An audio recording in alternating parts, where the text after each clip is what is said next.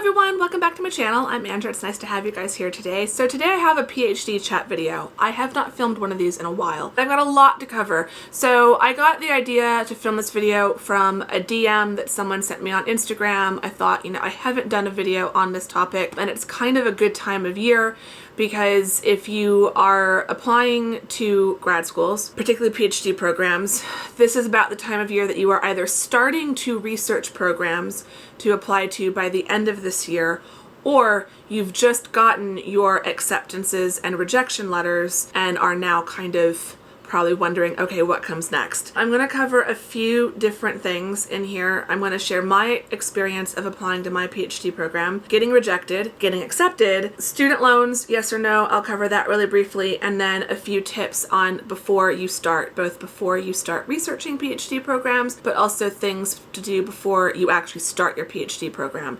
So hopefully this will be helpful to quite a few of you. Also, I should clarify, this video is going to be primarily advice for US PhDs.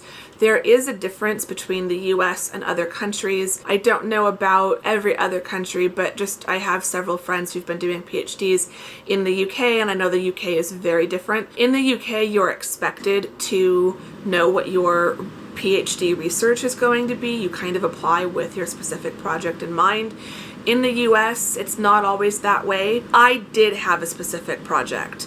I knew from the get-go that I wanted to do my research on stateswomen fashion icons and how clothing can be used rhetorically to create a kind of professional image, professional identity. I came in knowing I had that project. I'd started that project during my master's degree, and that's what I knew I wanted to do. So my application letter, my letter of intent, statement of purpose, every school calls it something a little bit different, but in that letter, that's the project I pitched. And I had done research on schools, on programs. I knew I was applying to PhD rhetoric programs for the PhD, and I was specifically looking for programs that I thought had faculty that would be a good match for that project. Now, you can apply to a PhD program without having a project in mind. This is especially more common for people who are applying to a PhD straight from a bachelor's, which also does happen.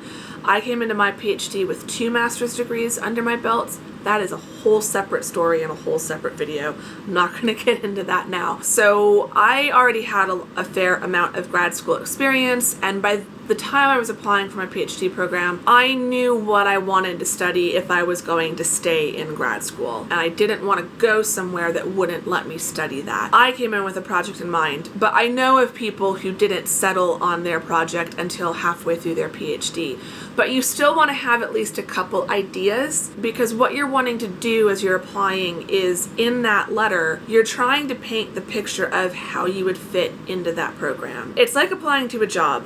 It's not just, look at me and how amazing I am and what a great scholar I would be. It really is positioning yourself to show how you would fit in that program. So what is it about that program that you want to go there for?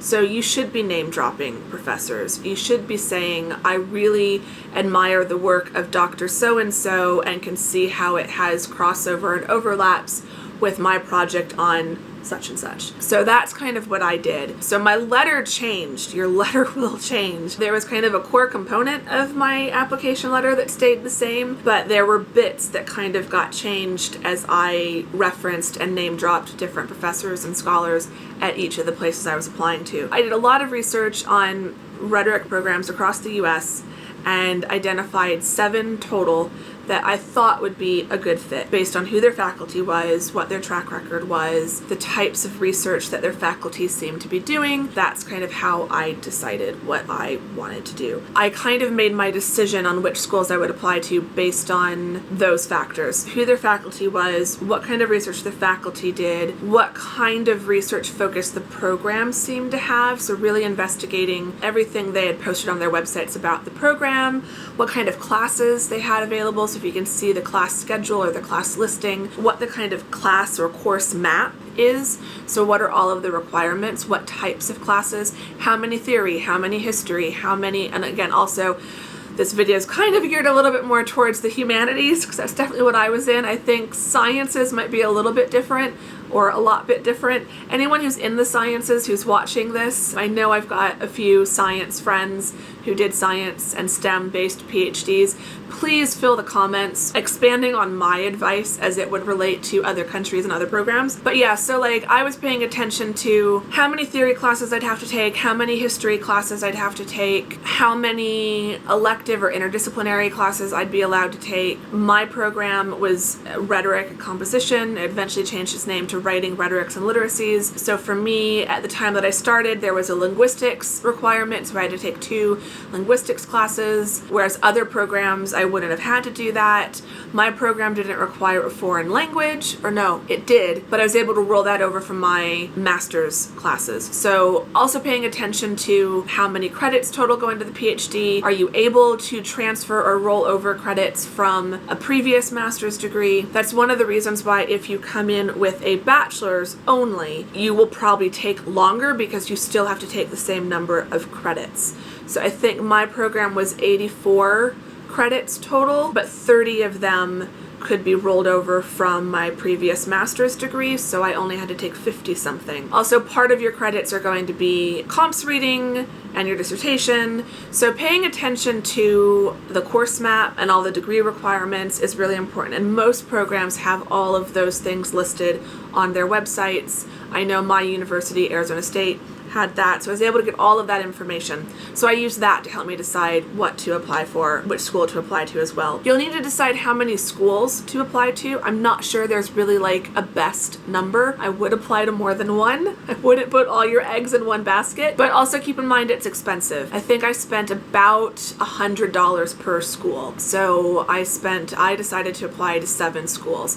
I basically felt like I've got $1,000 max that I can spend on applications. So I used that to kind of help me limit the schools. And it's not just the applications. There's an application fee per school, but then there's also a fee per school to have your transcripts sent to. And in my case, I had transcripts from 2 different universities that I had sent because I had master's degrees from 2 different universities, and I wanted all of that counted. There's a fee to have your GRE scores sent. So either you're taking the GRE for the first time, in which case there's a large cost up front, and then included in that cost when you first take the exam, they will send your scores to, I think, like 5 schools for free, and then there's an additional cost for every school beyond that. If you've previously taken the GRE and you're not going to retake it, which is what I did for the PhD, I retook it for my second master's degree.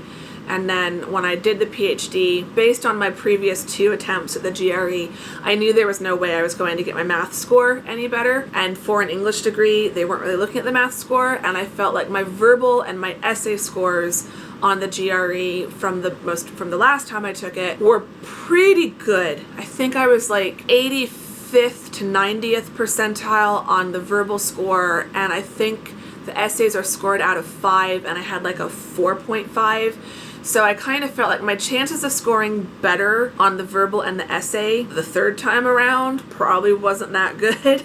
I kind of thought, I'm going to stick with those scores. I'm not going to retake the GRE. So I then just had to pay to have my GRE scores resent or sent to the new schools. So either way, you're paying for the GRE, whether it's to take it from scratch or to have them send your existing score. You gotta pay for it. So the costs add up. I think the most expensive application fee I paid was like $75. I think they were roughly all between $50 and $75.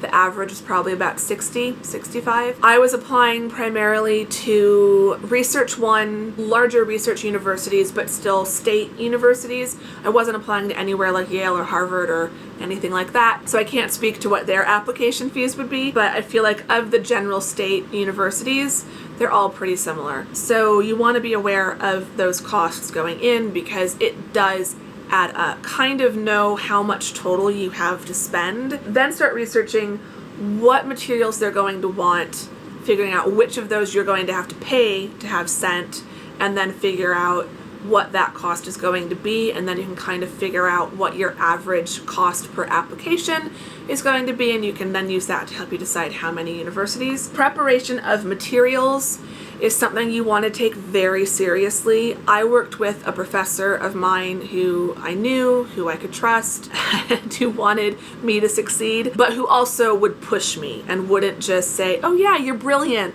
and then let me submit subpar materials. So she really worked me hard, and my materials, my letter, my CV, my writing sample, all went through a lot of revisions. Your writing sample is something you're going to want to take very seriously. So not every program is going to require a writing sample, but I think a lot, especially in the humanities, do require a writing sample. There's going to be a page limit or a word limit on that sample, and I think that was one of the things. I had to take an existing paper that I knew was probably my strongest paper. It was also the paper I wanted to turn into my PhD research, but that paper in its original form was really long, so I had to really cut it down. And thankfully the professor who was helping me was the professor whose class I had written that paper for, so she really was able to help me work on that paper. So being very strategic with your writing sample and really making sure that you are revising it so that it is as strong as possible. Really revising your CV, making your CV as strong as possible, and making sure that your CV is demonstrating your research agenda, your research history, any conferences, any publications. Going into PhDs, it's definitely getting a lot more competitive. I didn't have any publications at the time that I was applying. I did have a publication by the time I started my PhD, or at least a forthcoming one, but I didn't have any as I was applying, and I really hadn't done that many conferences. Now that might have been why I got as many rejections as I did, but I still did get accepted, so we'll get to that in a minute. Making sure that your documents are all really strong and really paying attention to your letter of intent, because I feel like the letter of intent, the writing sample, and the letters of recommendation are the kind of three main things that schools are looking at. Your CV is great, GRE scores are fine, but these days most schools know that things like the GRE really, they have to require them, but no one really looks at them, I don't think. They're looking to see how you would fit. So paying attention to writing a really strong letter, paying attention to picking the right people to write your letters of recommendation, and making sure that you're including a really good writing sample, or if there's some other research sample that they're asking for, because they're using that to see, like, where are you currently at as a scholar, as a researcher? What kind of work are you doing? If they're asking for a writing sample, the writing sample is important. Don't blow that off. Okay, so getting rejected. We're gonna start with the kind of bad news first, and then we're gonna move on to the good news. Getting rejected sucks. It just does. But it's something you have to be prepared for when you are applying to grad school. Whether it's a master's degree or a PhD, you are going to get rejected by at least one of the schools you apply to. I applied to 7 schools. I got rejected from 6 of them, but it only takes one to make all your PhD dreams come true. So I got the one that matters. We'll get to that in a second, but first I want to go over the rejections. These days, I don't know. I got letters, and I actually have a few of them right here. I don't know where the other ones went, but they are somewhere. Rejection is part of the process. Rejection is going to continue happening even after you get in, because first you get rejected by some of your schools for the PhD program. Then you get into at least one, and you start your PhD journey, but then you get rejected from conferences, and you get rejected from papers submitted to journals or edited collections. Rejection is just part of the process. And if you can't handle rejection at the start of your PhD journey, you're not going to make it through the rest. You cannot take it personally when you get rejected. It's going to feel personal. It's going to feel so personal. And in some cases, some of the rejections did feel more personal than others, but at the end of the day, you really have to just set it aside. And even if you get rejected from all of your schools the first year that you apply a second year, apply a third year. PhD programs are getting increasingly more competitive because there are fewer and fewer TA-ships and fellowships, funding opportunities that go around. And so I know at my university, they have been, every year, it's a different amount of new graduate students that they're able to accept. In my program, it's not just rhetoric and composition students. They might bring in between 15 and 20 new grad students, but that's going to be spread out between all of the degree programs and paths that you have. So that's going to be the MFA students, that's going to be the writing, rhetorics, and literacy, the literature, the English ed, the linguistics, and I think there's a couple others, one or two others. So it's a lot. You know, when you're looking at like at least 5 different components and they're only accepting 15 total, that means some years they're only accepting 3 new rhetoric students. So that's really hard. So I'm really glad I got the spot that I did. I think there were 20 something new students, new grad students the year that I started my PhD. I think there were like 4 of us who were specific writing and rhetoric. But I wanted to, I think it was, which of these? One of these letters. Some of the letters are really just kind of, we regret to inform you, blah, blah, blah. But University of Oregon was actually a pretty nice letter that kind of helped put the field into perspective for that year, because I kind of felt like, well, this is probably similar to how a lot of the other programs were. So in their letter, they told me because of budget, you know, they've got to keep the group of new graduate students quite small. Currently, we have places for fewer than 10% of our applicants. By the way, this was in 2013. This year's applicant pool was large, 176. So 176 applications and fewer than 10% means that they were accepting less than 17 people that year. So when you're thinking 176 applications and only 17 people accepted, well, there were a lot of people like me who got rejected from U of Oregon in 2013. So that made me feel a little bit better. They also let me know that while they couldn't comment on individual applications because of how many applicants there were, they said, I can let you know that at Oregon we read each file closely and carefully, centering our attention on the statement of purpose and academic writing sample. So again, that's why I said those are really important to focus on. The other parts of the application you provide, from academic transcripts to letters of recommendation, also offer useful data as we think about each applicant. So you'll get some letters of rejection or emails of rejection. I'm not sure how many of them actually send physical letters anymore, but you'll get some rejection notices that are really bare bones and don't really tell you a whole lot. And then hopefully you'll get at least one like that that includes some statistics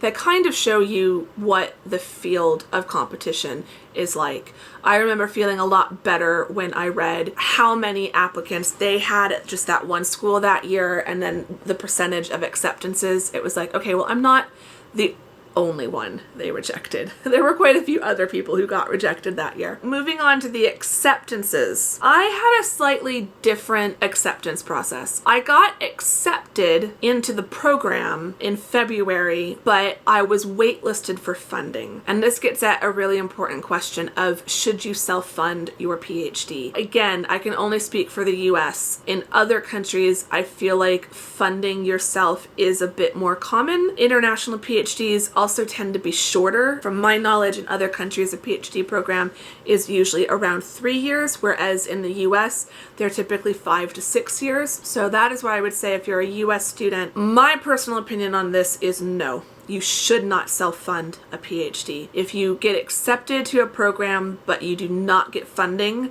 I would not accept that offer. It is really expensive and really time consuming to do a PhD. And because of how time consuming it is nearly impossible to maintain more than a part-time job on top of your PhD coursework, which is why I'm also going to talk about student loans in a minute. Doing a PhD is very difficult, and the funding makes a big difference, even though it's not a lot and it's not really enough to live off of. My university, the funding package has increased since I started, but it's still not enough to live on.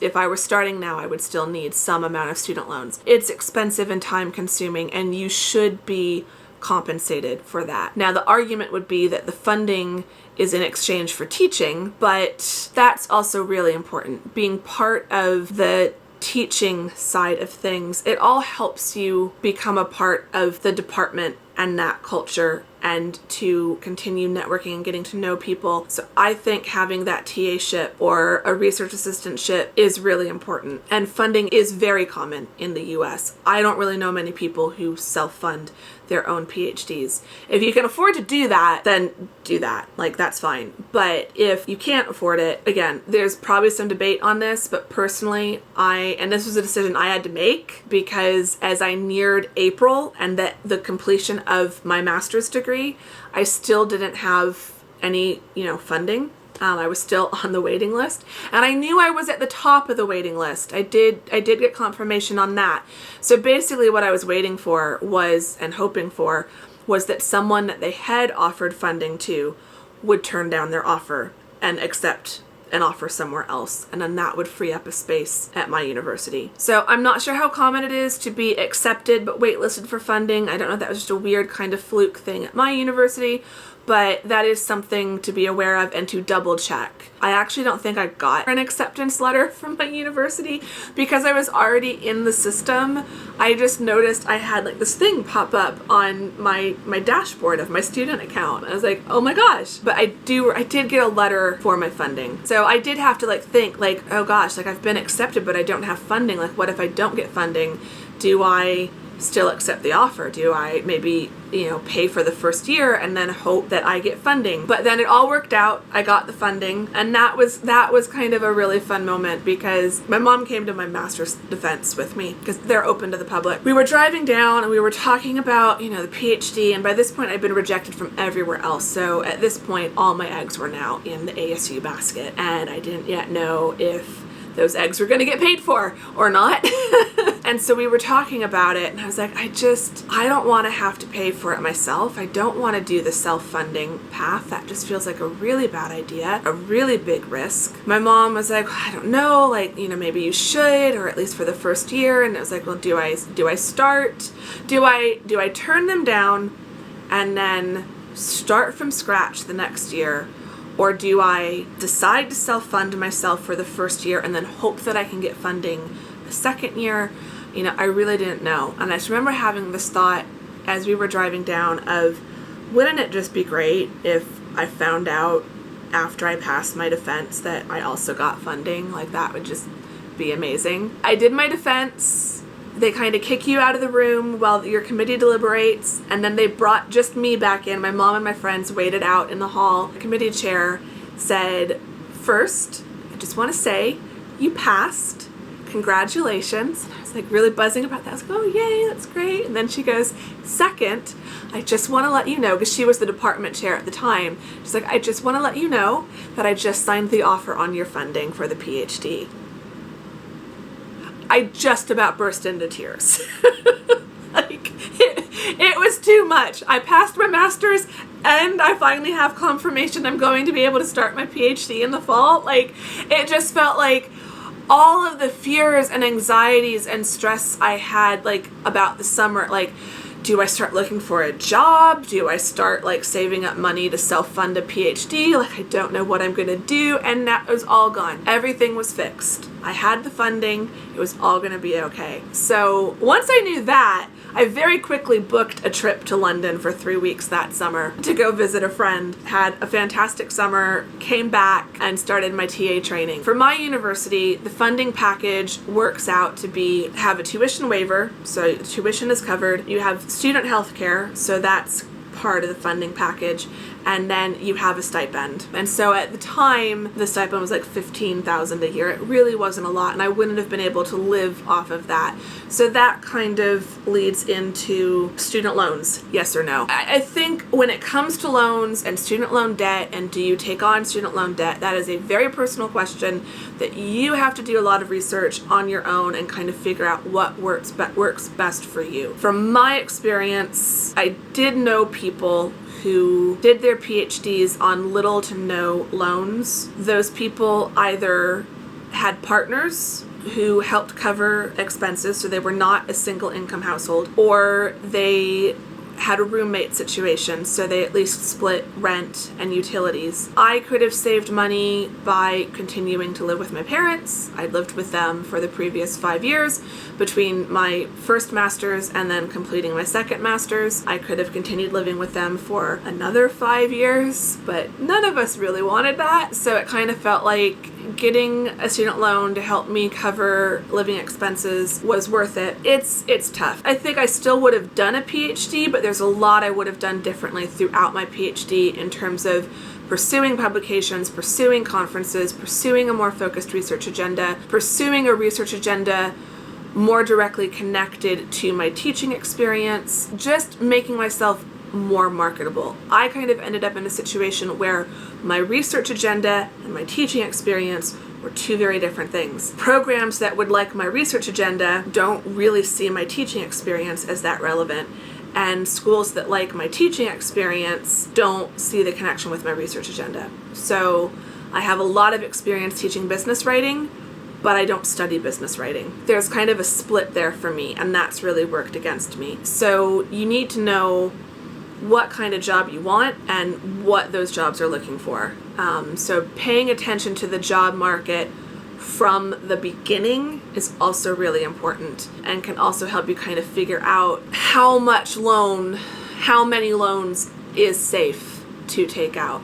Because I do now wish that I'd perhaps been a little bit more frugal and taken out less loans and ended up with less debt, particularly because I already had 2 master's degrees, one of which was funded and one was self-funded. So my master's degrees were also both fairly expensive. Paying attention to all of those factors, doing your research on what types of loans you qualify for. I think researching what kind of scholarships or grants you might qualify for. There's lots of different scholarship and grant opportunities out there. So paying attention to all of those and going after as many of those as possible can also help keep your student loan debt down. But at the end of the day, I don't regret taking out student loans. The basic decisions I'd probably make the same. There's just little things I'd probably do a little bit differently. So when it comes to student loans, that's my general take on that. And then finally, before you start, so 2 last things. Throughout this whole process, research, research, research. Do your research.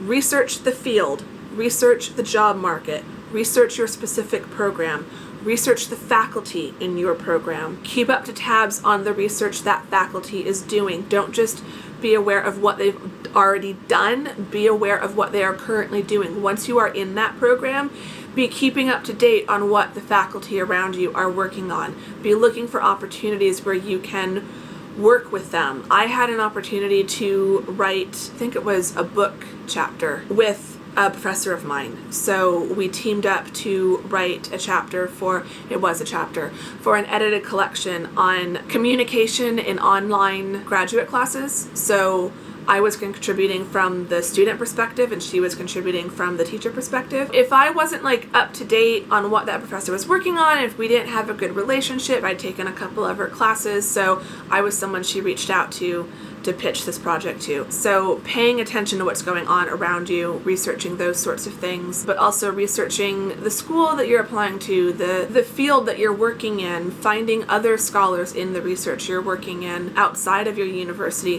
What conferences should you be trying to apply to? What journals are kind of common for your field? What journals would be the ones you should try to get at least 1 or 2 publications in before you finish your PhD? What's kind of expected for people to have on their CVs when they graduate from your program? So what are the main conferences? What are the main journals? There's a lot to kind of research and keep track of. Who are other graduate students doing similar work to yours? And where are they at? And this is where my last tip comes in. Social media is huge. I mean, that's kind of a cliche now to say, and it's a bit redundant, but when I first started in 2013, it was definitely around. Instagram I think it was around, but I wasn't really using it. My Facebook was private, and Twitter I barely used. But over the 5 years that I did my PhD and now the 2 years since, academic Twitter and academic Instagram have really taken off. I feel like when I first started using Instagram and first started following hashtag PhD life, there really weren't that much, and now it's one of the top hashtags for academic Instagram and academic Twitter. So paying attention to hashtag PhD life, hashtag academic life. On Twitter, hashtag academic chat and hashtag PhD chat are also really useful. And there's a few big Twitter accounts that kind of retweet anything that has hashtag PhD chat in the tweet, and so that can help you get exposed to a lot of different people and help your tweets be seen by a wider group of academics. And so that's been really helpful and really useful, and it's It's a great way to get questions answered. It's a great way to find and connect with other academics in your field who are at different universities. So it was through academic Instagram that I found another young woman named Christina who finished her PhD brilliantly, I'm sure, defended her dissertation on Zoom. Can't imagine. She was another scholar in a rhetoric program like I was, but who was studying fashion.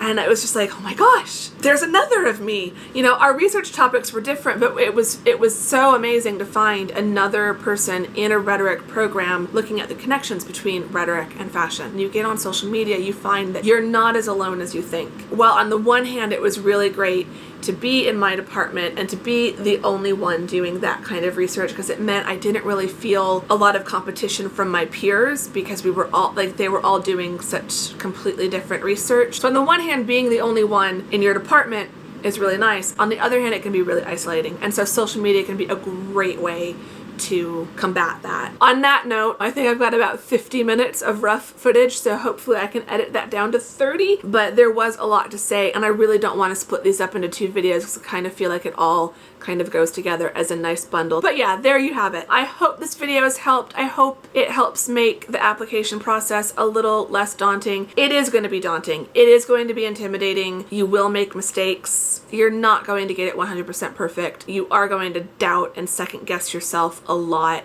Try to just accept that that's normal and part of the process, and at the end of the day, you are good enough. Whether you get accepted or rejected from your top school really has nothing to do with your actual ability. Graduate schools have just gotten so competitive and so difficult to get into, particularly into the funded spots, that there are a lot of really brilliant people that they are rejecting every year. It's the same thing with the job market. There are a lot of brilliant scholars who are getting rejected from jobs. It has nothing to do with us and everything to do with the budget, how many people schools can afford to bring on as new tenure track faculty, as grad students. It's not you, it's them kind of a thing. So trying to keep that in perspective, trying to also remember that your identity and your success is not connected to getting into a PhD program. You don't have to have a PhD to have value or worth. I know that's easy for me to say because I've been through it and I have mine. Being in that position for a couple months of having to consider, like, what do I do if I don't get accepted? Because it was looking pretty close. I just kind of knew I'll try again next year. But it's also where being really targeted and specific with your applications is.